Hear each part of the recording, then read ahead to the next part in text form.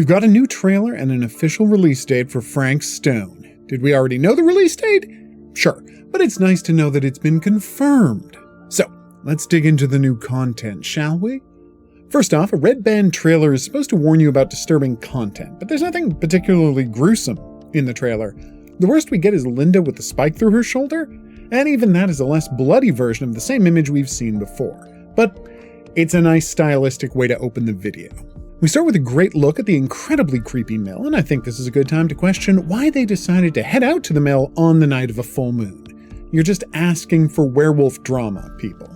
Then we get more of Tom's acting in the shed sequence. Of course, we now know his name isn't Tom Rivera, it's Jaime Rivera, and my Sam and Tom guess based on the file names turned out to be wrong. Nothing important just yet, but can we take a moment and be amazed at how much detail has been put into the costuming in this game?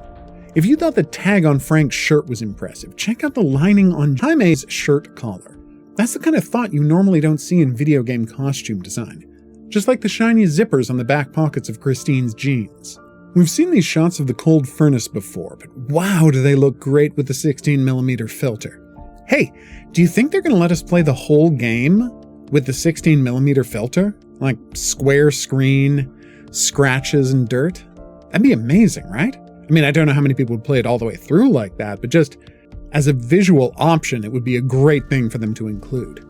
Not gonna lie, I'm super entertained by how nervous Jaime is to be going into the storm drains. Are you absolutely sure this is safe?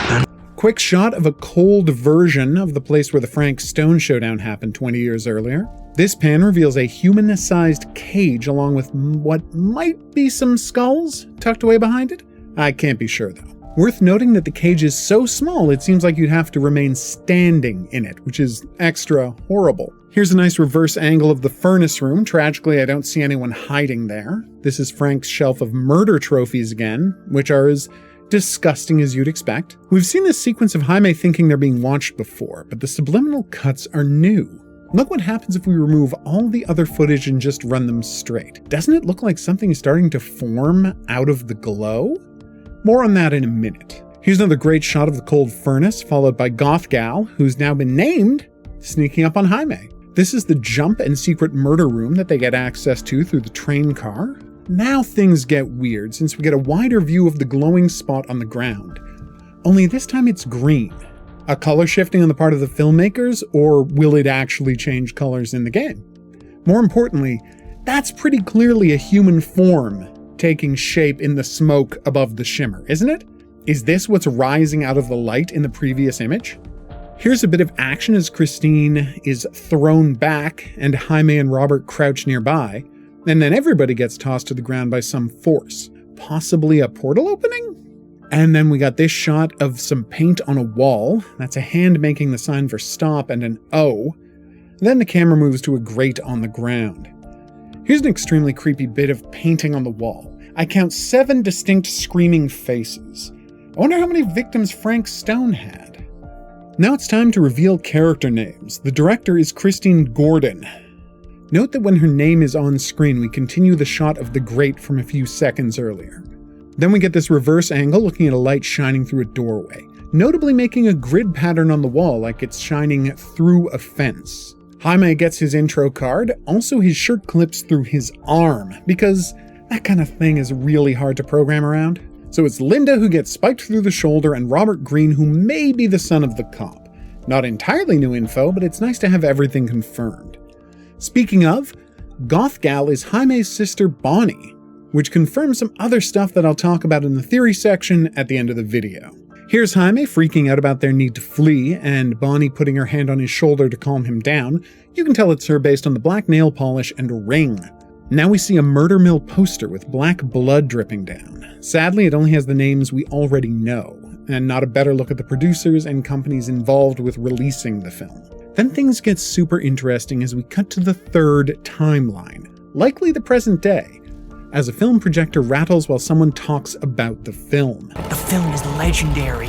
Despite the sound effect and the flickering projection, the film spool is not moving and nothing is going through the projector. Then a woman in a black jacket grabs the murder mill canister out of storage and looks over this newspaper detailing the deaths at the murder mill screening that we've already heard about. So let's mine this for some details. Apparently, the movie theater massacre took place on November 26th, 1984, or thereabouts. I'm guessing the theater's been closed ever since, which is why it was scratched out on the city map. We can't see much of the text just yet. All that I'm able to make out is detractors claim notoriety of the serial killer allegedly choked another man to death in front of stunned onlookers. Suggestions responsible for the violence. My heart goes out to.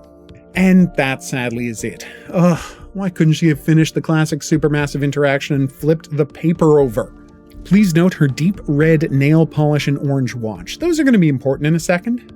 The same woman runs the 16mm film through a machine that editors use to manually find frames to make their cuts. At least they did before all editing went digital. It's called a moviola. At the same time, audio reveals that the CIA purportedly uses Murder Mill to drive people mad as an interrogation tool. Notably, this is supposedly happening at the Larry Memorial Institute, which is where Dead by Daylight killer The Doctor hangs out. Since his power revolves around driving people insane, is the Murder Mill film going to become part of his origin story retroactively? The woman watches a clip of Jaime and Bonnie interacting, and then we see this image, which I can't quite make any details out in. Like even really zoomed in.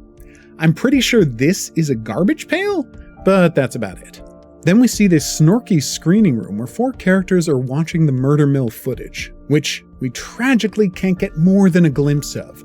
Zoomed in, I think this is the parking lot again. So that's a door to one of the buildings in the distance, and this is the shiny pool that something is emerging from. So is seeing what comes out of the pool the thing that drives people insane when they watch the film?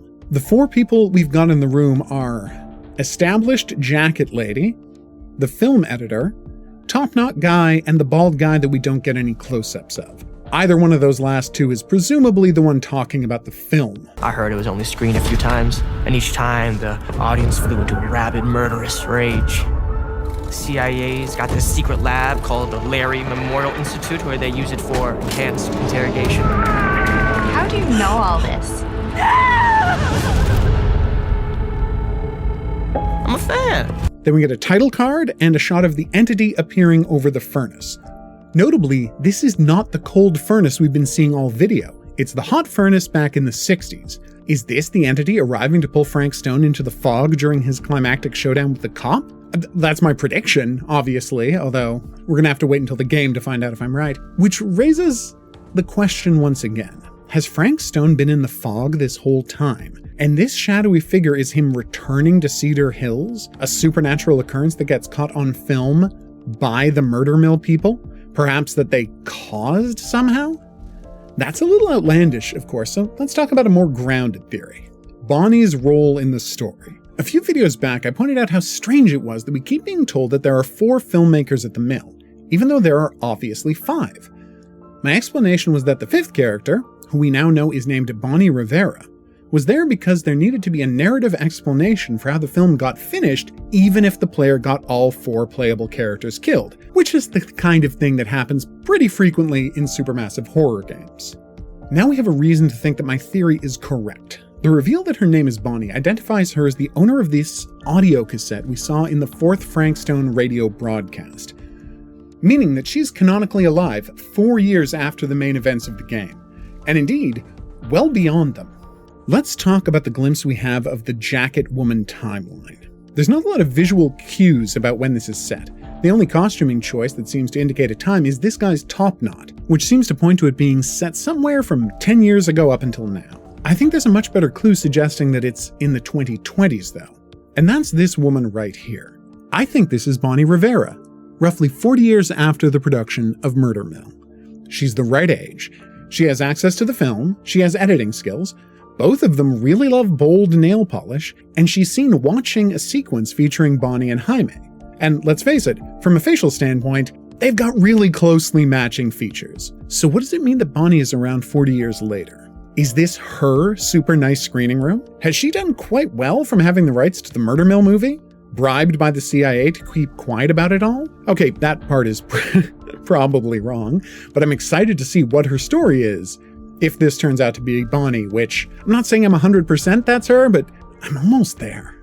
Luckily, we don't have to wait too long to find out, since the game is, at the time of this video going up, just 48 days away. It's going to be a tense few weeks of waiting, folks. For now, though, I've been the Hidden Object Guru. Thanks for watching. If you had a good time and you'd like to see more, there's buttons coming up to help with that. Questions, comments, your own Murder Mill theories, drop them in the comments section below the video. If you'd like to play a horror game right now that's free, check out Clown in the Woods over on itch.io. There's a link in the video description. I will see you back here as we get more information about the casting of Frank Stone, but until then, I'll say that's right. Au revoir.